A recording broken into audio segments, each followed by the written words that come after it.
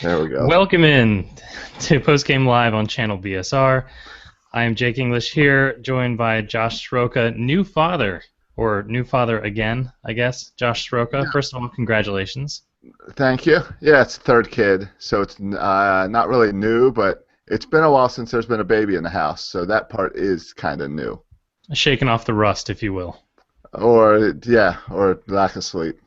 Yep. Well, lack of sleep is a perfect excuse for tonight. Game ran a little long, despite the fact that almost nothing happened. And as per usual, on a Tuesday or a Thursday night, we have a miserable loss to discuss on Postgame Live. Yeah, I mean, the only thing that, at least we're not doing this on Sunday afternoons.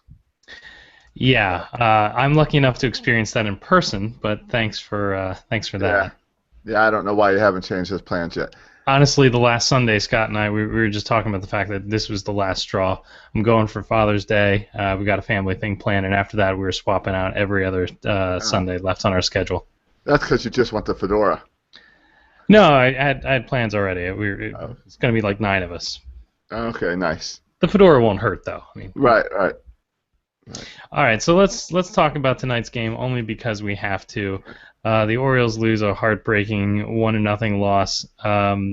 Just going through what's in the box score because we have to. Almost nothing from the Orioles offense, save a hit by pinch hitter Steve Pearce and by Ryan Flaherty, who broke up the no-no. Over on the Boston side, they spread out 8 hits and the lone RBI driven in, I believe, by Napoli. On the pitching side of things, Chris Tillman gutted out 6 innings and somehow got a quality start out of what could have been really terrible. And some guy named Workman almost no-hit the Orioles. He pitched a 6 2/3 inning of scoreless ball, and then the bullpens for each team cleaned it up. Not a very eventful game, despite the fact that Mother Nature tried to intervene twice. Let's go directly and do highlights and lowlights. What did you have for a highlight in this game? All right. Well, the highlight that you kind of just hinted it at is well, first, I guess, before even talking about the way the Orioles played, a highlight's got to be the great work of the grounds crew. That storm came in and flooded that infield, and they did a great job getting that to be a really good quality playable field. And the umpiring crew did not do them any favors either because they held on way too long, and it was clear that the field was not playable, that it wasn't helping either team, and it was just going to make it more difficult for the game to continue when they did start up again. Right, but I think it kind of shows you how the game went that my highlight is the grounds crew.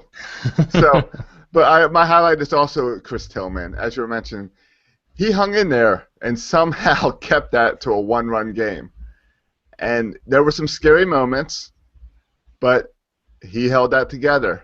And he's got to be the only real thing that was impressive today.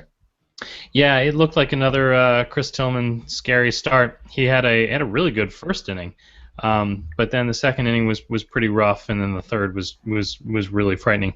But yeah, if you told me early in the game that he was going to have a quality start, that he was only going to give up 1 run, and that we'd still see him in the 6th inning, I would have called you crazy. So it was really nice to see. Plus, you got to add in that he had that hour on the bench.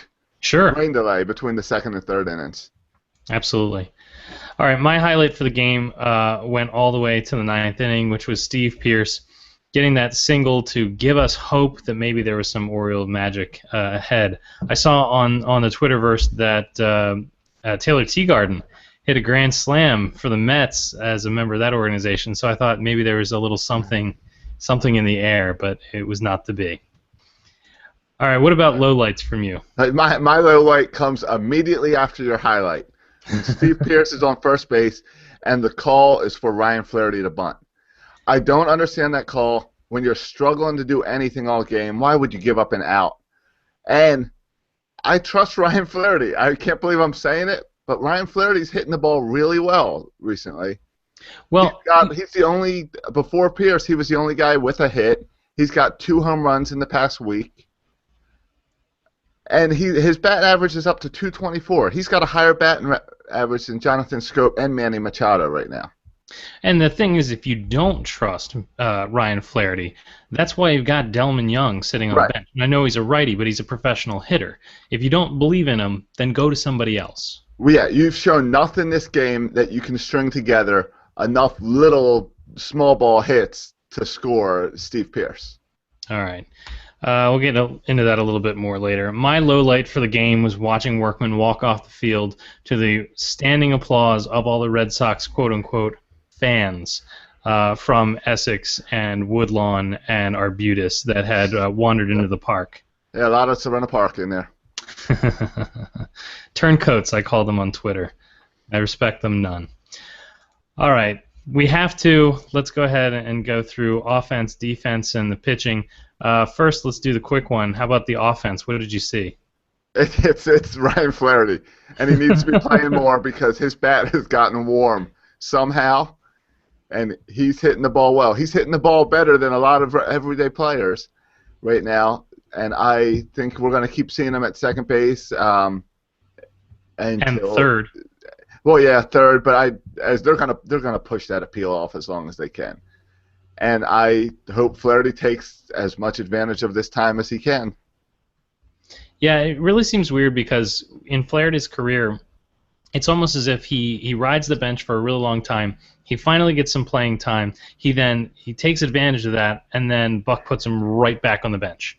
We saw that in 2012 with an injury and spent some time in the minors. We saw it in 2013. It just seems like he's the 25th guy on this team. He's never going to get anything consistent as far as playing time is concerned. Right. Matt always gives me a hard time because I'm a Flaherty fan. I like it. I think he plays really good defense, and I like that his bat's finally getting warm. And I would love to see him play well enough that we could give Scope a little more tweaking in the AAA. Okay.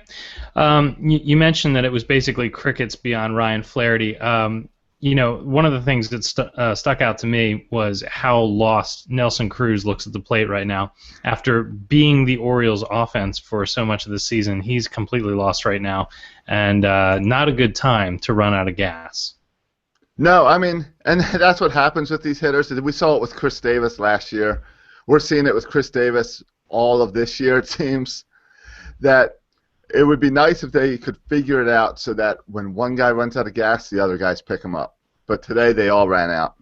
Yeah, and the other thing to keep in mind is that Adam Jones isn't 100% healthy, which is why he's on his second consecutive DHing stint. Hopefully he'll be able to put it together enough to come back and be strong.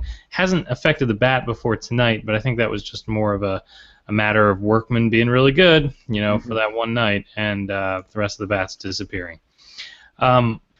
In the same vein as talking about the bats disappearing, it was really nice to see David Ortiz again struggle against Brian Mattis. I will never get tired of seeing that. Yeah, no, that's always fun to watch, and I love that he tried to bunt the ball because it shows how much it is in his head. Oh, absolutely. All right, well let's talk about the defense because there's actually some defense that happened. What stuck out for you? You got to go with that Markakis stolen home run in the was that the 8th or 9th inning? Yes. Real late in the game. It was late. And Manny had some great plays late in that game too, where some of those balls just on the line and he got them across. Yeah, he chased down a ball right in front of the third base umpire, turned around and fired it with that strong arm and incredibly accurate. And it was one of those plays that you're going to miss during that 5-game stretch when he's not there. It was vintage Manny, if you will, and that was good to see. The Nick Markakis catch, by the way, was great because it again kind of filled that hope gap that you had because as soon as the ball went in the air, you were like, oh, okay, of course, this is how they lose it. The Red Sox pull away and we lose in embarrassing fashion.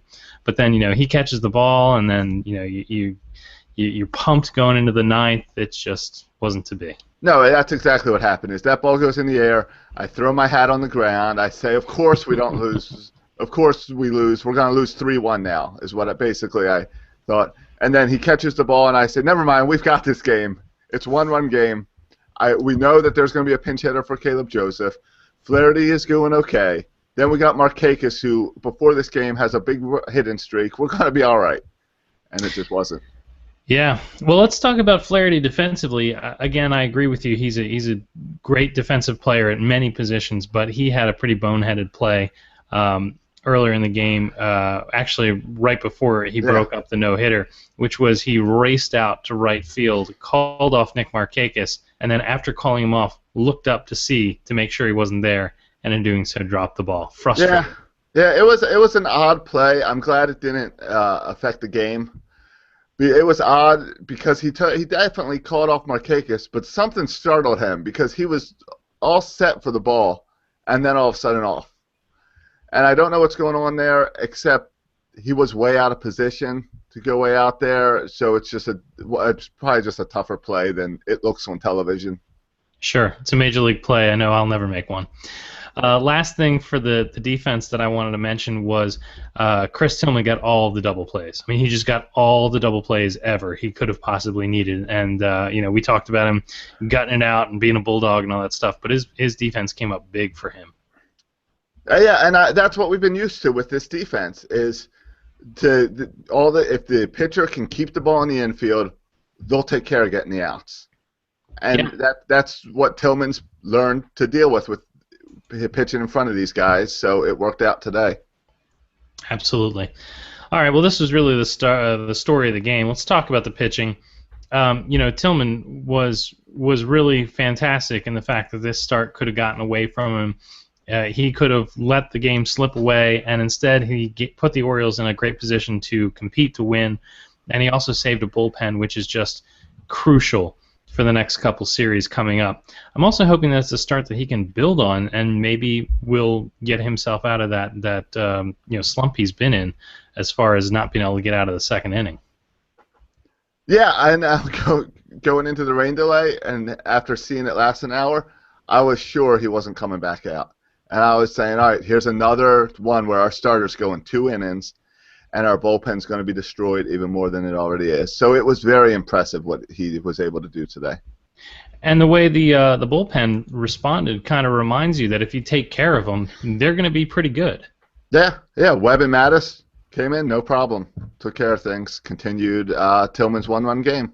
Yeah, and with Mattis coming out for multiple innings, that again shows that kind of versatility that he's got. He's not just a loogie, despite what I might call him on Twitter. And it's nice to have those guys be able to do that throughout the game. Yep. Yeah. On the other side, Workman looked really good. Again, he was that no name that makes the Orioles look terrible, and I don't know why that always happens to the Orioles, but it does. I mean, do other teams put their fan bases through this? I don't know. I think it's just a Baltimore thing. The Ravens do the same thing, where they let teams stay with them, and the Orioles do the same thing. A Boston team that is set up for you to destroy, and they keep it a 1-run game, and act like they're hanging in there the whole time, and like they can go past them at any point and just don't. Yeah. Well, the other pitching note that I wanted to make is that I hate having to root against Koji Ohara in the 9th inning. It just everything about that is wrong. It was very reminiscent of Orioles fans booing Jim Johnson to come in during the A's series, and so there Koji was, and it was just an emotional roller coaster for me. I don't like it. Yeah, but the big difference is I will not boo Jim Johnson. He did too much for the Orioles. Koji I liked when he was on the Orioles, but he has established himself as a Red Sox, and because of that, I've got to boo him. And I like Koji, but I don't like him in whatever they are, blue and red. All right, I'll take that. Well, the game was ugly. It was not fun. Even at the end, it was not fun. Bottom line takeaway for you for this game? It's the same thing that's frustrated me all season. The two sides, that offense and defense, are not working together. That when the pitching is clutch and holding the team down to 1 run, we get shut out. And then and other games we'll score 9 runs and we'll lose 9-10 because our pitching sucks for that night. So my takeaway is that we still got this inconsistency that is going to leave us right outside postseason act so close, but not quite there. That we Yeah. got to straighten out. It's a very, very good chance of that. My takeaway from this game is that it's only one loss, and that our winning the first game has set us up to set the Orioles up to win the series tomorrow in the rubber game, and that's really what you want to see from the Orioles. Last thing I'll say is, are we ever going to pick up games against the Blue Jays? It seems like they always win except for when we lose. Yeah. Well, I mean, we've got a 4-game series coming up. Now I'm going to scratch Father's Day. We're going to lose that game. Why? Because I'm going to be there on a Sunday? Yeah, because it's a Sunday. It's a Sunday. You're there. It's a left-handed pitcher. We're going to lose. So, but we could maybe win the other 3. So far this year, we've played really well against the Blue Jays. Yeah, that's true. But we played them early before they got real hot, and they are by far the best team in the American League right now. They are. And what's really another takeaway that's really frustrating me, in the past 5 or 6 days, we've lost 3 games that we should have won. Yeah, and those are the kind of games that are going to haunt you later on in the year. Right. It's kind of like, that awful San Francisco series that we should have won all 3 of those games, and then late in the season, those 3 games, they would have mattered. Yep. So hopefully the Orioles can avoid that. No, and that's what happened in 2012. We won the close games, Mm-hmm. and we're not doing it this year. It hurts. Yep. It does. It does. All right. So tomorrow's game is Wei Yin Chen versus Ruby De La Rosa. I don't know. He's a replacement pitcher. We can't lose to a guy named Ruby. I won't allow it. We faced him once out of the bullpen for about an inning. Okay. So obviously the scouting report is going to be really good for this guy. Right. Let's talk briefly about Section 336. Again, I'm really enjoying the daily content you guys are putting out on section336.com. And then a new episode again on Thursday. Have you guys planned out? Can you pimp anything out? Well, I can say that I can tell you that if you go back, Monday's daily was about how the fans should not be booing Jim Johnson and why. And Matt handled that. Tuesday, this morning, I came out and I talked about I played an old segment from Cal Ripken's Hall of Fame speech where he talked about being a role model and basically it was great advice for Manny Machado basically. And then tomorrow Bert gets to talk about this game, so I don't know what type of spin he'll have on that. And Thursday is we'll be talking about this week. I know we will be talking about. I hope we don't talk about Manny Machado, but I'm sure we got to cover that a little bit in his weekend. And then we'll be talking about the pitching performance, and we are going to the game. Matt, Burt, and I will all be at tomorrow night's game, so we will cover that as well. And where will you be sitting? In section 328. It's an adjustment from our. We had to shift games around. Oh, that's rough. Yeah. Maybe you can sneak in. We'll at least walk past. We'll go say hi to Ryan, the usher. I like it. We our section seats were in 336 last year, so Ryan's a good guy. So the Bird's Eye View podcast came out yesterday. What is today? Tuesday? Yeah, it came out today. Yeah, it came out this morning. Yeah.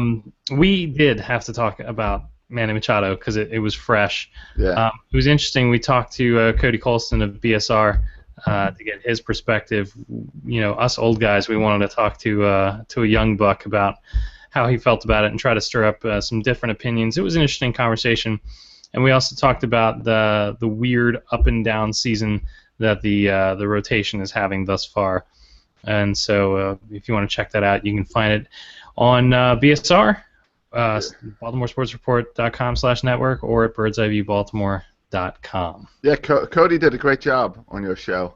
And yeah, I do disagree with some of his thoughts on the situation. Yeah, it was very surprising the way that turned out. But he's an insightful dude. He's a good guy. We've actually talked a lot with him about football, obviously, because that is his forte, right. Writing on the site. But no, I thought he had a lot of interesting things to say about Manny Machado, if nothing else. Yep. Well, Josh, I think that'll probably put a fork in this game. The Orioles took most of the night off, so there really isn't a whole lot to talk about. But thanks for joining us for the post-game show, and again, congrats to you. All right, thank you. Hopefully, more Steve Pierce. Yes, absolutely, more Steve Pierce. All right, in that case, we'll say goodnight.